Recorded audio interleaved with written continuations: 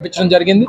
రేపు జగన్మోహన్ రెడ్డి గారి నేతృత్వంలో 18వ తారీఖున రాష్ట్ర వ్యాప్తంగా వచ్చినటువంటి సంతకాల ప్రతులన్నింటినీ కూడా గవర్నర్ గారి ముందు పెట్టి ప్రభుత్వం తీసుకున్నటువంటి నిర్ణయం మీద ఉన్నటువంటి వ్యతిరేకతని వారికి తెలియజెప్పి ప్రభుత్వం ఆ నిర్ణయాన్ని వెంటనే వెనక్కి తీసుకోవాలనేటువంటి ఒక డిమాండ్ని రేపు మళ్ళీ 18వ తారీఖున చేయబోతా ఉన్నాం.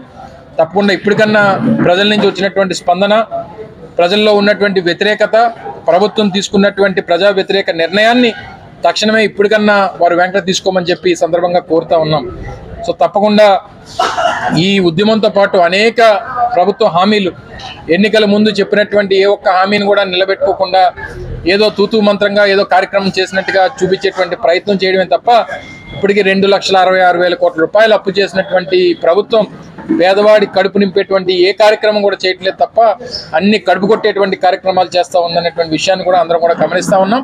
తప్పకుండా ఇక్కడతో ఇప్పటికన్నా నిర్ణయాన్ని వెనక్కి తీసుకోకపోతే రానుటువంటి కాలంలో జగన్మోహన్ రెడ్డి గారి నేతృత్వంలో ఈ కార్యాచరణ ఏ రకంగా ముందు తీసుకెళ్లాలి, ఏ స్థాయిలో తీసుకెళ్లాలి అన్నటువంటిది పార్టీ నాయకత్వం జగన్మోహన్ రెడ్డి గారి నేతృత్వంలో నిర్ణయిస్తుంది. దాని ప్రకారం ముందుకెళ్తాం.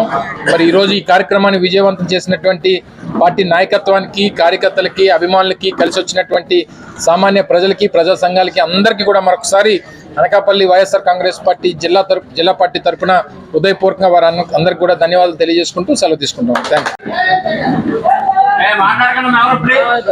రాష్ట్ర వ్యాప్తంగా జగన్మోహన్ రెడ్డి గారి పిలుపు మేరకు కోటి సంతకాల సేకరణ, మెడికల్ కాలేజ్ ప్రైవేటీకరణకు వ్యతిరేకంగా ఈ కోటి సంతకాల సేకరణ కార్యక్రమాన్ని గడిచినటువంటి అక్టోబర్లో విశాఖపట్నం ఉమ్మడి జిల్లా పర్యటనకి జగన్మోహన్ రెడ్డి గారు విచ్చేసినప్పుడు నర్సీపట్నంలో నిర్మాణంలో ఉన్నటువంటి మెడికల్ కాలేజ్ విజిట్కి జగన్మోహన్ రెడ్డి గారు విచ్చేసినప్పుడు ఈ రాష్ట్ర వ్యాప్త పిలుపుకి వారు చెప్పడం జరిగింది.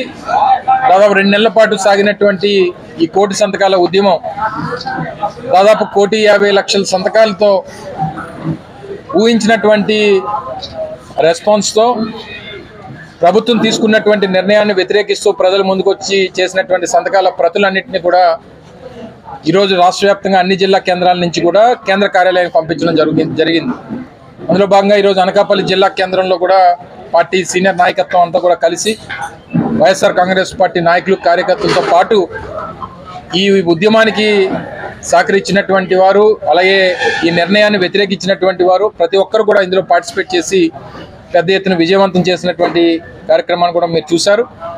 అనకాపల్లి జిల్లా వ్యాప్తంగా దాదాపు 4 లక్షల సంతకాలని సేకరించినటువంటి ప్రతులన్నింటినీ కూడా